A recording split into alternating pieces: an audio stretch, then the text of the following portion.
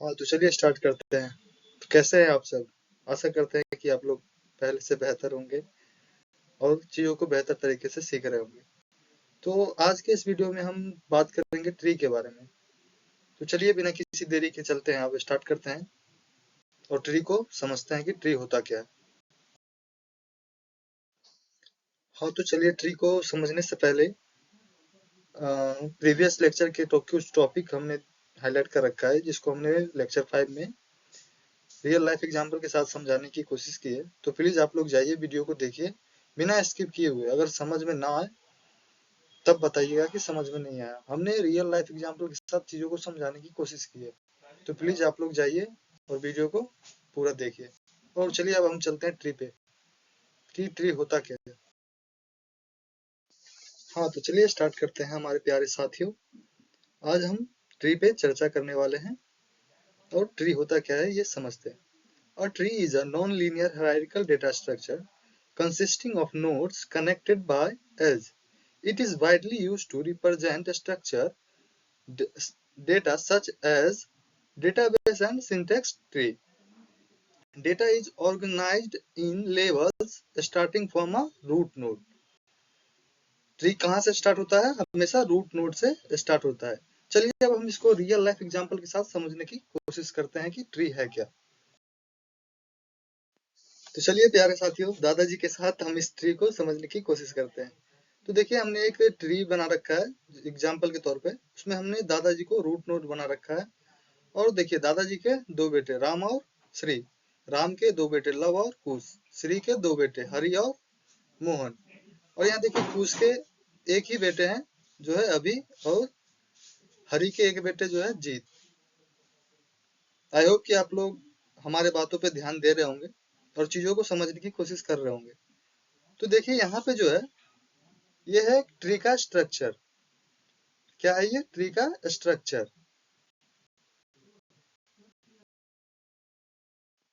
हाँ जी साथियों, तो चलिए अब हम स्टार्ट करते हैं और समझते हैं ट्री के बेसिक टर्म्स जो होते हैं ना, उसके बारे में हम वन बाय वन चर्चा कर रहे होंगे। बेसिक टर्म्स कहने का मतलब हुआ कि जैसे नोड क्या होता है, रूट नोड क्या होता है, पेरेंट्स नोड क्या होता है, चाइल्ड नोड क्या होता है। चलिए इन सारे टर्म्स को हम वन बाय वन समझने की कोशिश करते हैं। तो यहाँ पे देखिए नोड है। सबसे पहले क्या है? नोड। नोड क्या होता है? ट्री के जितने भी एलिमेंट्स होते हैं ना, उसको हम नोड्स बोलते हैं। अगर हम कहें तो इस देखिए एग्जाम्पल में आप देखिए, जैसे हो गया कि दादाजी, राम, श्री, ये सब क्या है? ये सब नोड है। इन सब सारे टर्म्स को हम क्या बोल सकते हैं? नोड बोल सकते हैं। तो अब चलिए हम बढ़ते हैं, रूट नोड क्या होता है। तो देखिए रूट नोड क्या होता है? ट्री के जो टॉप मोस्ट होते हैं ना, टॉप मोस्ट मतलब नोड जो होते हैं, जहां जहां से हम बोलते हैं कि रूट मतलब ट्री स्टार्ट हुआ। जैसे कि इसमें देखिए दादाजी है, दादाजी से राम आए, फिर मतलब जो भी श्री आए, ये सब जो है ना। तो यहाँ पे जो है ना रूट नोड कौन सा है? वो है दादाजी जो है, वो रूट नोड है। हमेशा आप याद रखिएगा कि ट्री का शुरुआत ही रूट नोड से ही होता है। अब वही हम बात करें पेरेंट्स नोड की। तो पेरेंट्स नोड क्या होता है? देखिए अब हम समझते हैं कि पेरेंट्स नोड क्या होता है। अब यहाँ पे देखिए कि देखिए किसी भी नोड के अगर दो मतलब चाइल्ड है, दो कहे या दूसरे कितने भी जितने भी चाइल्ड हो, मतलब देखिए यहाँ पे दादाजी के दो बच्चे हैं, मतलब दो लड़के हैं। अब उस दोनों लड़के का मतलब पेरेंट्स कौन हुआ? दादाजी हुए। तो बस यही दादाजी यहाँ पे पेरेंट्स नोड हो गया। यही हम बात करते हैं राम की। तो राम के कितने हैं चाइल्ड? है, दो है। कौन कौन? लव और कुश।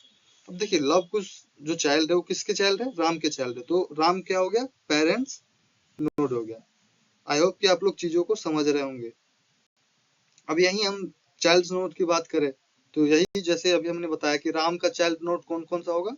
लव और कुश। समझ गए होंगे आप। अब यही हम बात करते हैं सिबलिंग की। सिबलिंग क्या होता है? देखिए सिबलिंग को समझते हैं। सिबलिंग क्या होता है? सिबलिंग कहने का मतलब ये हुआ कि एक पिता के दो बच्चे, दो कहिए, तीन कहिए, चार कहिए, जितना भी हो, मतलब वो सारे जो होंगे ना, तीन चार हो कहिए या दो कहिए। जैसे कहिए कि हम दो भाई, तो हम दो भाई जो हुए ना, हम दो भाई एक पिता के, तो हम दो भाई जो है वो हो गए सिबलिंग। आई होप कि आप लोग समझ गए होंगे। चलिए अब हम आगे बात करते हैं लीफ नोड की। तो लीफ नोड देखिए क्या होता है? Node with no child. जिसके एक भी चाइल्ड नहीं हो उसको हम बोलते हैं लीफ नोड। जैसे कि आप यहाँ पे देख रहे होंगे, अभी अभी के पास भी एक भी चाइल्ड नहीं है और जीत के पास भी एक भी चाइल्ड नहीं है। तो ये दोनों नोड जो होंगे वो क्या होंगे? लीफ नोड होंगे। अब वहीं हम जब बात कर रहे हैं इंटरनल नोड की, तो देखिए इंटरनल नोड क्या होता है, node with at least one child. इसका कहने का मतलब है कि कम से कम हर एक नोड के पास एक चाइल्ड होना चाहिए, किसके लिए, इंटरनल नोड के लिए। तो यहाँ पे हम देखिए इंटरनल नोड इसमें कौन कौन सा है हम देखते हैं। दादाजी हो गए, इसके पास 2 चाइल्ड है, राम के पास भी 2 चाइल्ड है, श्री के पास भी 2 चाइल्ड है, कुश के पास भी 1 चाइल्ड है, हरि के पास भी 1 चाइल्ड है। और तो ये सब क्या हो गया, इंटरनल नोड हो गया। आई होप कि आप लोग समझ रहे होंगे। यहीं अब हम बात करते हैं एज की। तो एज देखिए क्या होता है कि दो नोड्स के बीच में जो कनेक्शन बनाता है उसी को हम बोलते हैं एज। जैसे कि आप देख रहे होंगे हरि और जीत के बीच जो कनेक्शन जो बना है ना, ये जो लाइन है, इसी लाइन को हम बोलते हैं एज। वहीं अगर हम बात करें लेवल की, तो लेवल क्या होता है, position of a node in the tree. मतलब ट्री के पोजीशन, जैसे देखिए एक पोजीशन में है दादाजी, दूसरे पोजीशन में है राम और श्री, तीसरे पोजीशन में है लव कुश हरि मोहन, और चौथे पोजीशन में है अभी और जीत। तो यही हो गया लेवल ऑफ ट्री। अब यही हम बात करते हैं हाइट की। तो हाइट देखिए क्या होगा, maximum level of the tree. मतलब सबसे ज्यादा लेवल जो होगा वही कहलाएगा height of the tree. I hope कि आप लोग समझ रहे होंगे। वहीं हम बात करें डिग्री की, तो number of child of a node, node के अंदर जितने भी चाइल्ड होंगे ना, वो सब क्या होंगे, डिग्री होंगे। आई होप कि आप लोग समझ गए होंगे। चलिए एक बार और समझते हैं इस इमेज के थ्रू। देखिए यहाँ पे ए क्या हो गया, रूट नोड हो गया। और वहीं आप देखिए बी, ई और एफ जो है वो क्या है, सब ट्री हो गया। और बी क्या है, पेरेंट्स नोड। किसका पेरेंट नोड है, ई और एफ का। ई एफ क्या है, चाइल्ड नोड हो गया। वहीं अगर हम बात करें एच और आई की, तो देखिए एच और आई क्या है, सिबलिंग है। सिबलिंग किसका सिबलिंग है, डी का सिबलिंग है। और यहीं देखिए यहाँ पे आप लेवल भी दिख रहा होगा, लेवल 1, लेवल 2, लेवल 3, लेवल 4। आई होप कि आप लोग समझ गए होंगे कि ट्री है क्या। हाँ तो चलिए साथियों, प्रॉपर्टीज ऑफ ट्री को वन बाय वन समझते हैं। क्या होता है, a tree has only one root node. इसका मतलब हुआ कि हमेशा एक ट्री के पास ओनली एक ही रूट नोड होगा। आई होप कि आप लोग इस बात को समझ गए होंगे। चलिए हम आगे बढ़ते हैं, दूसरे पॉइंट की बात करते हैं। तो देखिए दूसरे पॉइंट में क्या कह रहा है कि एवरी नोड, अगर ट्री के अंदर जितने भी नोड होंगे ना, वो सारे नोड रूट को एक्सेप्ट करेंगे। किसके साथ, वो एक पेरेंट नोड के साथ रूट नोड को एक्सेप्ट करेंगे। वहीं अगर हम तीसरे पॉइंट की बात करें, तो इसमें कह रहा है a tree does not connect cycle. I hope कि आप लोग समझ रहे होंगे। If a tree has n nodes, it has n-1 edge. इसका कहने का मतलब ये हुआ कि मान के चलिए कि हम टोटल एज हमको निकालना, तो हम कैसे निकालेंगे, तो ट्री के अंदर जितने भी नोड्स है ना, उसमें से हम 1 माइनस कर देंगे, तो हमारे पास क्या आ जाएगा, टोटल एज आ जाएगा। वहीं अगर हम बात करते हैं अगले पॉइंट की, तो इसमें क्या कह रहा है, tree is a connected graph. I hope कि आप लोग समझ गए होंगे। वहीं अब हम बात करेंगे वन बाय वन ट्री के टाइप्स के बारे में। तो देखिए देखते हैं कि इसके बेसिक कितने टाइप्स है।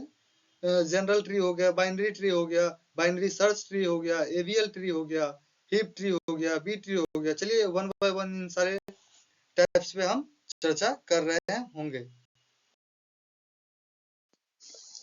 हाँ तो चलिए अब हम बात करते हैं जनरल ट्री के बारे में।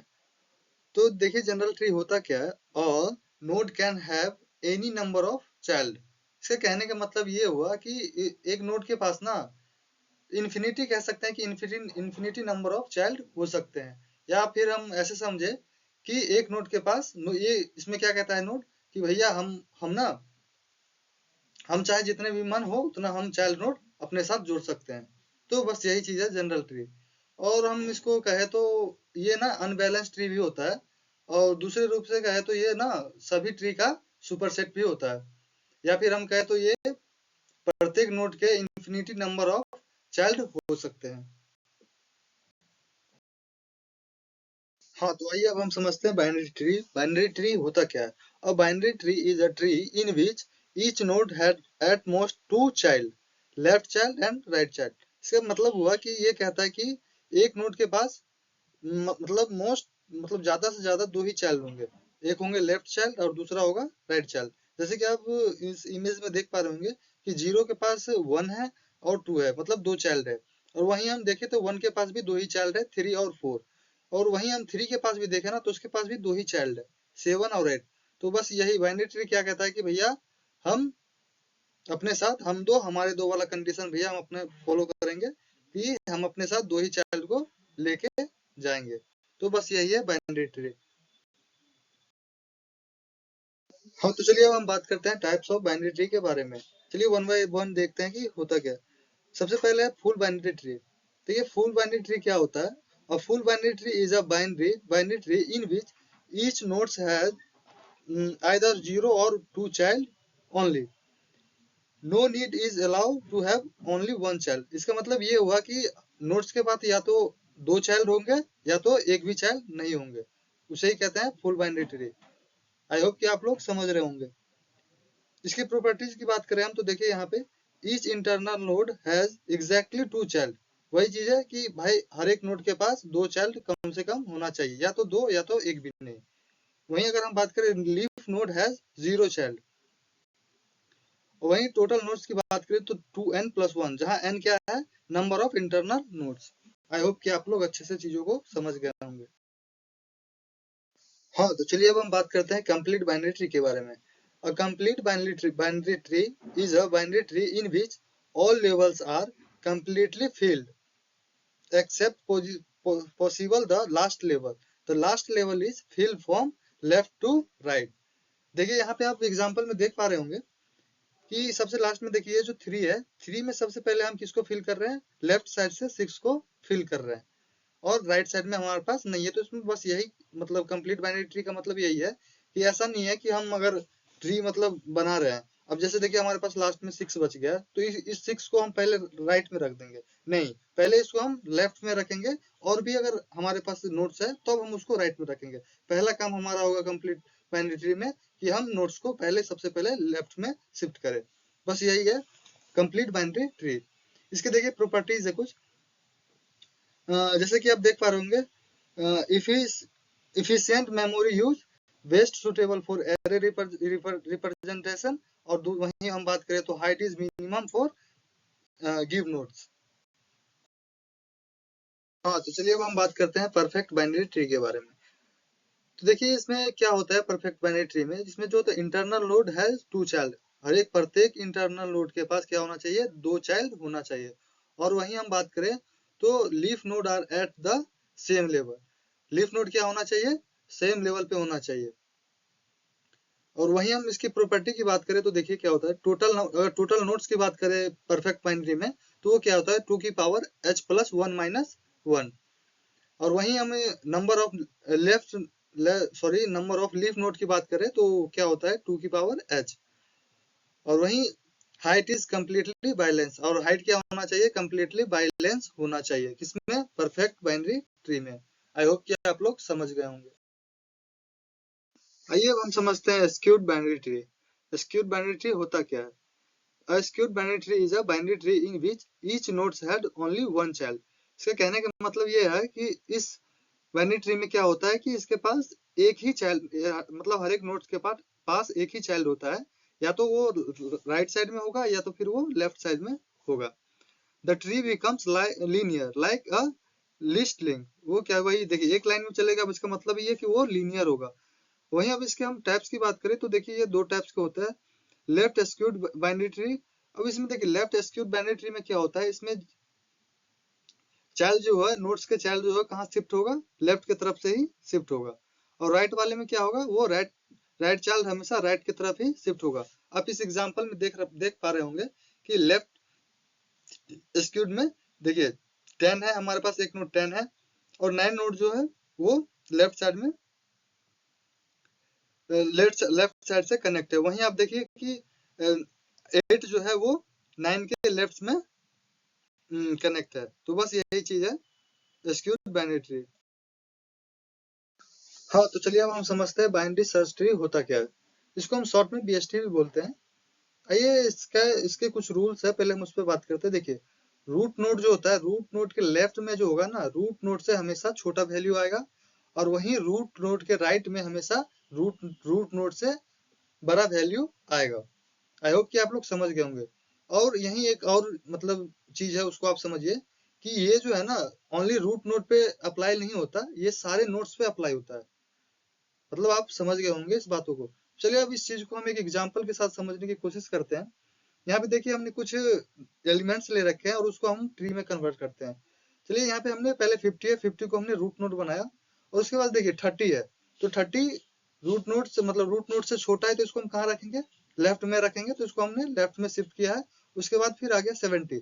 अब देखिए अब 70 मतलब 50 से बड़ा है, तो इसको हम कहाँ रखेंगे, हमेशा राइट में रखेंगे।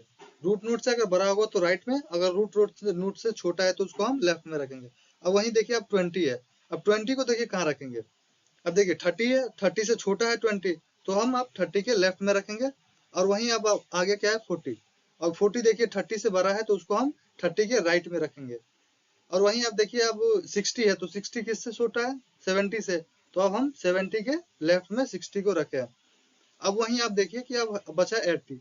अब 80 को देखिए कहाँ रखे हम, 70 से बड़ा है, तो इसको कहाँ रखेंगे, 70 के राइट चाइल्ड के सॉरी राइट चाइल्ड में रखेंगे। आई होप कि आप बीएसटी समझ गए होंगे कि बाइनरी सर्च ट्री होता क्या है। चलिए आगे बढ़ते हैं। हाँ तो चलिए अब हम बात करते हैं बाइनरी सर्च ट्री के कुछ कैरेक्टरिस्टिक के बारे में। वहीं हम बात करें अभी, तो देखिए अभी हमने बताया था पीछे कि left child value is always smaller, कि वही लेफ्ट चाइल्ड वैल्यू जो है वो हमेशा स्मॉलर होना चाहिए, किससे, रूट नोड से। रूट नोड कहिए या पेरेंट्स नोड कहिए। अब वहीं हम बात करें कि राइट चाइल्ड वैल्यू मतलब क्या होगा, वो ग्रेटर देन होगा किससे, रूट नोड से या पेरेंट्स नोड से। इसमें कोई भी डुप्लीकेट एलिमेंट नहीं होता है। और इसको देखिए क्या करते हैं, सॉर्ट करने के लिए इन ऑर्डर ट्रेवल्स का यूज हम करते हैं। तो अब देखते हैं कि मतलब क्या होता है बाइनरी सर्च ट्री ट्रेवल्सल। देखिए हमने एक ले रखा है एग्जांपल कि यूनिवर्सल सॉरी इन ऑर्डर ट्रेवल्सल का मैंने एक एग्जांपल ले रखा है, उसको आप समझिए। कि देखिए यहाँ पे क्या है कि हमने लेफ्ट मतलब सबसे पहले कैसे मतलब ये काम करता है इन ऑर्डर। सबसे पहले हम लेफ्ट के पास जाएंगे, उसके बाद रूट के पास जाएंगे, उसके बाद हम राइट के पास जाएंगे। अब यहाँ हम देखिए सॉर्ट करते हैं। इस इमेज में आप देखिए पहले हम आ गए सबसे नीचे लेफ्ट के पास। लेफ्ट में क्या है 20, उसके बाद कहाँ जाएंगे, रूट पे। रूट आ गया, रूट कहिए या फिर पेरेंट्स कहिए, 50 मतलब ये रूट नोट का पेरेंट्स कहिए। तो उसके बाद हम कहाँ आ गए 30 पे, तो वो देखिए 30 आपको दिख रहा होगा शॉर्ट करने के लिए। उसके बाद फिर हम देखिए कहाँ गए, राइट में गए 40। अब ये जैसे ही कंप्लीट होगा तो हम कहाँ जाएंगे, इसके रूट नोड के पास। इसके रूट नोड के पास गए, अब देखिए रूट नोड पे क्या है 50 है। अब इस 50 को हमने लिखा, उसके बाद शॉर्ट किया। उसके बाद देखिए इसके अब हम राइट साइड में जाएंगे। अब इसके राइट में गए, अब राइट के बाद जाने के बाद हम कहाँ जाएंगे, फिर लेफ्ट में जाएंगे। फिर हम लेफ्ट में गए, तो लेफ्ट में क्या है 60। फिर उसके बाद कहाँ जाएंगे, रूट पे जाएंगे। रूट क्या है 70। उसके बाद फिर कहाँ गया जाएंगे, राइट पे। फिर आप देखिए राइट में क्या है 80। देखिए ये शॉर्ट होके आ गया 20, 30, 40, 50, 60, 70 और 80। आई होप कि आप समझ गए होंगे। हाँ तो चलिए अब हम समझते हैं कि एवीएल ट्री होता क्या है। देखिए सबसे पहले एवीएल ट्री क्या होता है, ये एक सेल्फ बैलेंसिंग ट्री होता है। इसमें देखिए जब भी कोई नया नोट्स ऐड होता है ना, तो उसको चेक करने के लिए कि वो बैलेंस है या नहीं है, तो उसके लिए हम बैलेंस फैक्टर यूज करते हैं। बैलेंस फैक्टर यूज करते हैं तो उसका देखिए फार्मूला क्या होता है कि highest of left sub tree minus highest of right sub tree. और जैसे इस फॉर्मूला का यूज करके हम जब वैल्यू जब हमारे पास आता है, तो वो वैल्यू बैलेंस होने के लिए क्या क्या आना चाहिए, या तो वो +1 होना चाहिए, या 0 होना चाहिए, या माइनस होना चाहिए। अगर ये इन तीनों में से कोई एक वैल्यू हो तो हम समझेंगे कि वो बैलेंस है, अगर नहीं है तो हम समझेंगे कि वो अनबैलेंस है। बस यही है एवीएल ट्री। आई होप कि आप लोग इस चीज को समझ गए होंगे। हाँ तो आज बस आज के लिए इतना ही। आज हम यहीं इस ट्री को खत्म करते हैं, और आगे वाले वीडियो में हम देखेंगे इससे अगले टॉपिक के बारे में हम चर्चा कर रहे होंगे। तब तक के लिए थैंक यू। और हाँ एक चीज और, आप लोग प्लीज अगर वीडियो अच्छा लगा हो तो चैनल को सब्सक्राइब करिए, लाइक करिए, शेयर करिए एंड चीजों को अच्छे से समझिए। तो चलिए हम चलते हैं। Thank you for watching. Don't forget to like, share and subscribe for more useful tech content. Thank you. मिलते हैं नेक्स्ट वीडियो में।